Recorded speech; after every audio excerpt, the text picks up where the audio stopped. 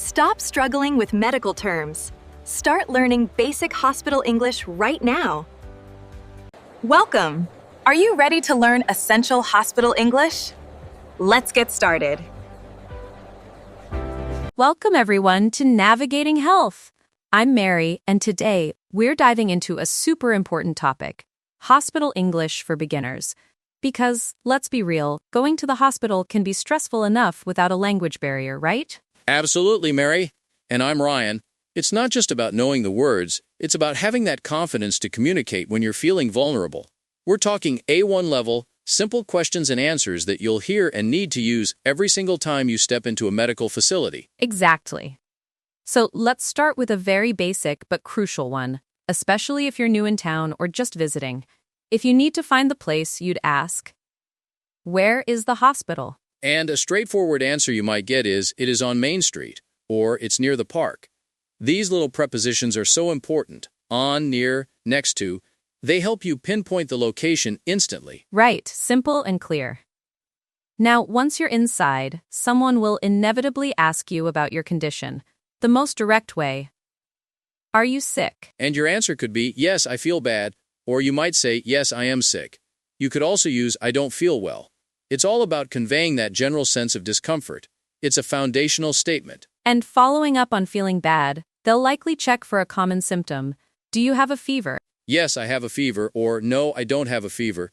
It's a direct yes-no question, but the I have a fever part is key vocabulary. You might also hear, do you feel warm, or are you hot? Okay, shifting gears to registration. This is where they gather your personal information. One of the first things, what is your name? And you simply respond, my name is John, or I am Amota.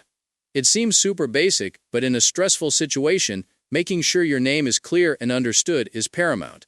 Spell it if you need to, John. Good point. And another crucial piece of personal data they'll ask for is your age.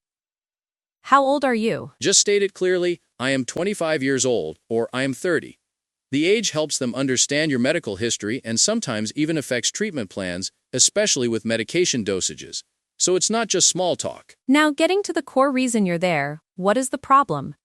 This is where you explain your symptoms. You could say, I have a headache, or my stomach hurts, I have a sore throat. This is where knowing a few basic body parts and common ailments really helps.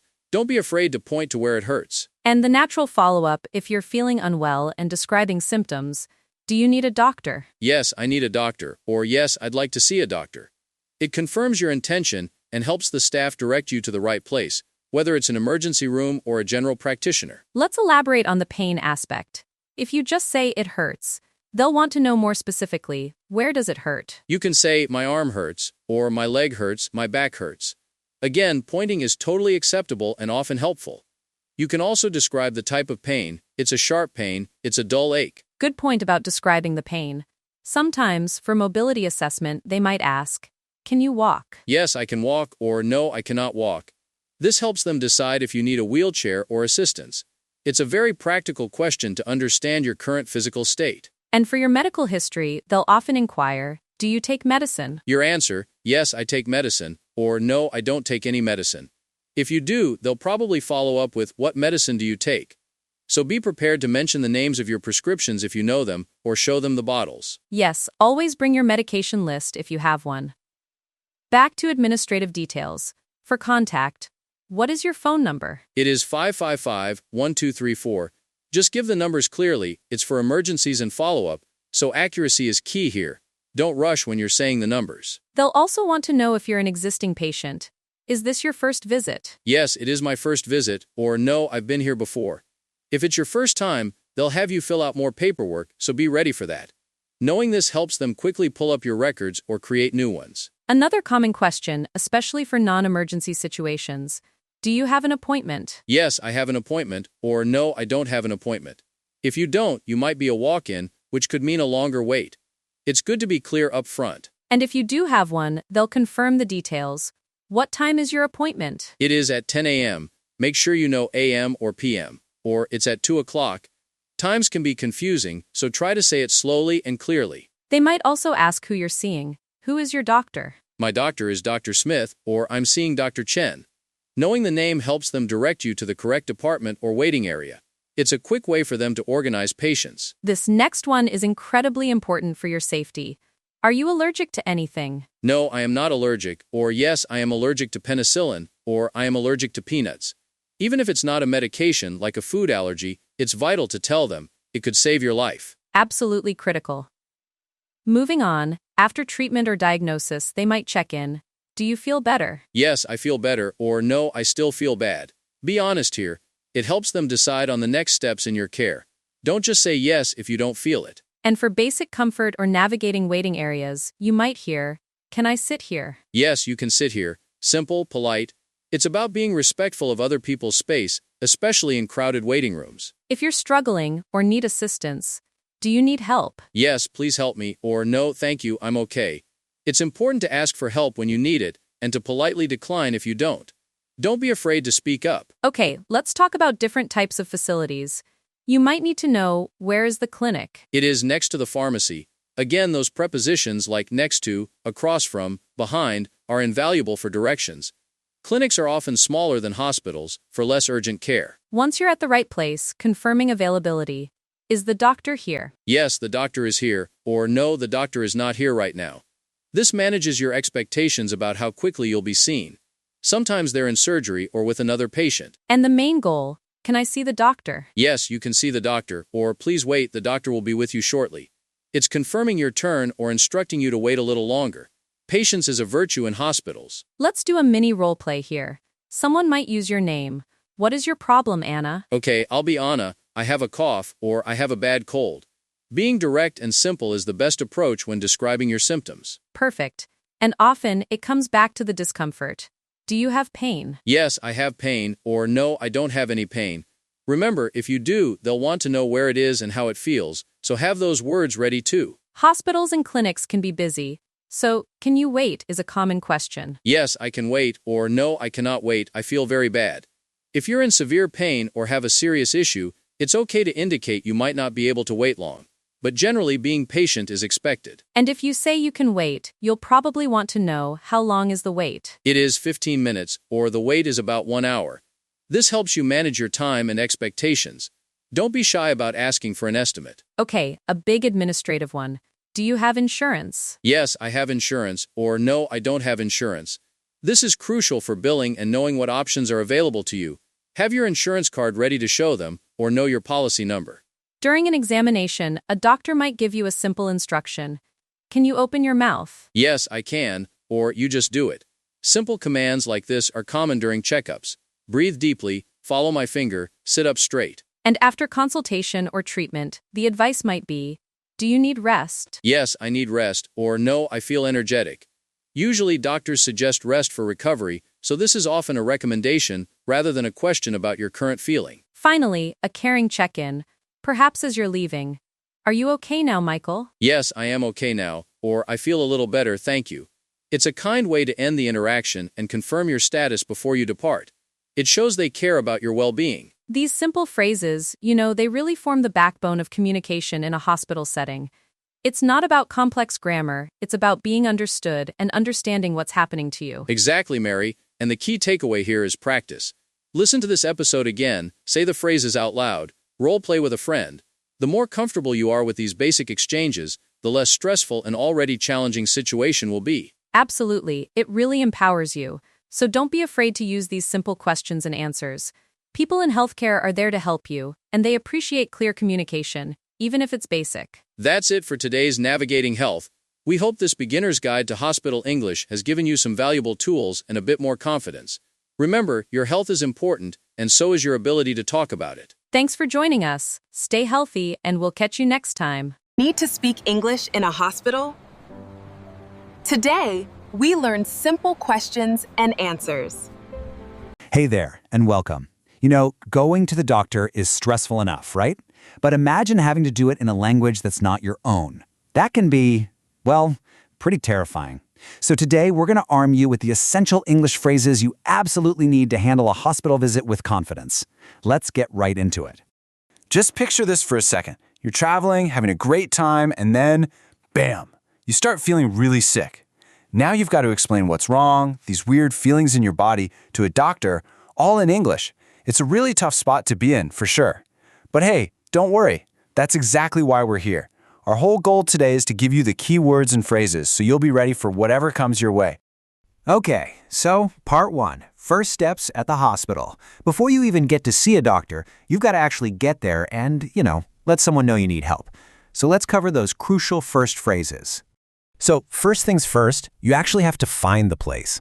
The most important phrase? It's super simple and direct. Where is the hospital? Seriously, don't overthink it. No fancy grammar needed. And the person you ask is probably going to give you a really simple answer back. Something like, it is on Main Street. Easy. Okay, so you're inside. You might be feeling a little overwhelmed, maybe a bit lost. If a staff member sees you, they'll probably come up and ask, do you need help? Your best response is just to be direct and clear. Yes, please help me. Don't be shy about it. This is your moment to get the assistance you need, so that simple phrase is your absolute key to getting help fast. Awesome. You're in. You found the front desk. That brings us right to part 2, appointments and registration. This is where you've got to give them some basic info to get you into the system. Let's walk through what they're going to ask for. Right, so the receptionist needs your details. And here's a pro tip. Before you even leave for the hospital, it's a super smart idea to have all this stuff ready to go, maybe even written down on a piece of paper. They're going to ask for your name, your age, your phone number, and if you have insurance. Having all that handy will make checking in so much quicker and less stressful. So probably the very first thing they'll ask you at the desk is, do you have an appointment? If you did call ahead, a simple yes, I have an appointment is perfect. Now, if it's an emergency or you just walked in, you'll just say, no, I don't. And don't worry, from there, they'll figure out what to do to get you seen.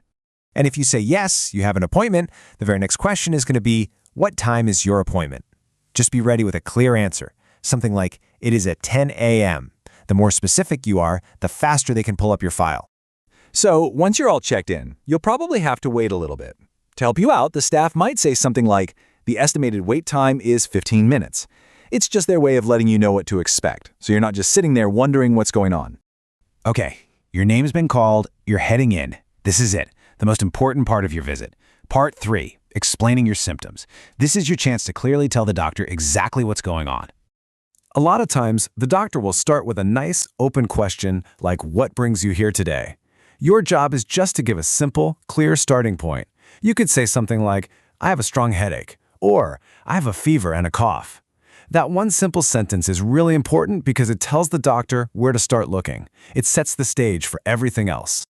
All right, next up, the doctor needs to know where the problem is. They'll ask, where does it hurt?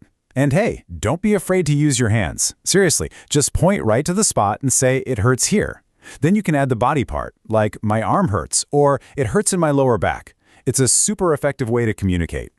Now, this next one is a huge clue for the doctor. How long this has been going on. So they're definitely going to ask, how long have you felt this way? Try to be as specific as you can, telling them for 2 days, or since yesterday morning, or even for about a week. All of that is like gold to them. It helps them figure out what might be happening.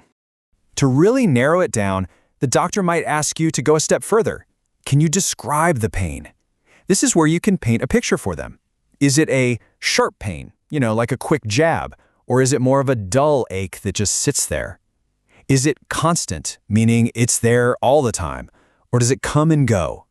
Using words like these really helps the doctor understand what you're feeling. Okay, so you've laid out the main problem. Now the doctor's going to put on their detective hat and dig a little deeper. So in part 4, let's look at the kinds of questions they might ask to get the complete picture. So the doctor will probably check for other common symptoms to see if everything is connected. They might ask, do you have a fever or do you have a cough? A simple yes works, but if you can add a little detail, that's even better. For instance, yes, I have a dry cough. That little bit of extra info can be super helpful. And hey, if you do have a fever, giving them a specific number is fantastic. The doctor might ask, do you know your temperature? If you do, just say, yes, it is 38 degrees. Now, keep in mind, some places like the US use Fahrenheit, not Celsius. But honestly, just tell them the number you have. Any information is better than no information. Okay, I need you to listen really closely right now because these next 2 questions are all about your safety. It is absolutely crucial that the doctor knows 2 things. Are you allergic to anything? And are you taking any regular medicine? You have to be totally honest here. Even if you think something isn't important, like, oh, I just take vitamins every day, you need to tell them. It could literally prevent a bad reaction to a new medication. So during the actual physical checkup, the doctor's going to give you some simple instructions. Don't stress about this part. They'll be really clear, asking things like, can you open your mouth? Or can you breathe easily? All you have to do is listen and do what they ask. It's pretty straightforward. We're on the home stretch now. The doctor's done with the exam, and now we're moving into the final phase. Part 5, treatment and next steps. This is where you find out the plan to get you feeling better. Here's a really practical thing to remember. If being sick means you're going to miss work or school, you'll probably need some kind of official note. The doctor can help with that. And they might ask, do you need a sick note? If the answer is yes, just say so. Yes, I need it for work, or yes, for my school. And remember, your feedback really matters. The doctor might ask, do you feel better? Maybe after a treatment or at a follow-up visit. It's so important to be honest. Of course, yes, I feel much better is what everyone wants to hear. But telling them, yes, it helped a little, or even, no, I feel the same, is just as important. That feedback helps them adjust your treatment. And that's it. You're ready. From the moment you walk in the door to describing exactly what's wrong and understanding the plan, you've now got a whole toolkit of essential English phrases. And remember this, your English does not have to be perfect. It just has to be clear. Knowing these phrases can turn what could be a really scary experience into something you can totally handle. So go on. Feel confident. You've got this. Stay safe out there.